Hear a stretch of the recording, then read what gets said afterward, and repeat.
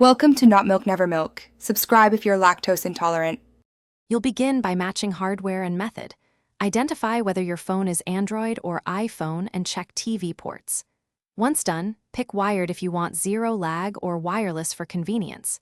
Make sure Wi-Fi and Bluetooth are on for wireless. For wired, get the correct adapter, USB-C to HDMI or Lightning to HDMI. Plug the adapter into the phone, then HDMI into the TV. You're now ready to switch the TV to the matching input and proceed to connection steps. Now perform the core connection. If wired, connect adapter and HDMI, then choose the TV's HDMI input. Accept any allow prompts on the phone so it outputs video. If using wireless on Android, open Quick Settings, Tapcast or Screencast, select your TV or dongle and wait for the handshake.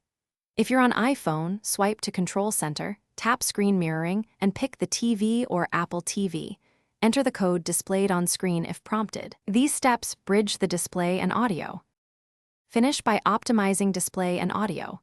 Set orientation, change resolution or overscan in phone or TV settings, and make sure audio routes to the TV. Once done, test video playback and sound. For presentations or gaming, prefer wired to avoid latency. If the image is cropped, adjust TV picture size or phone aspect settings.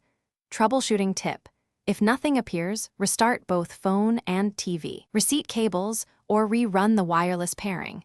Many failures clear after. Thanks for watching. If this was helpful, leave a like and consider subscribing. See you next time.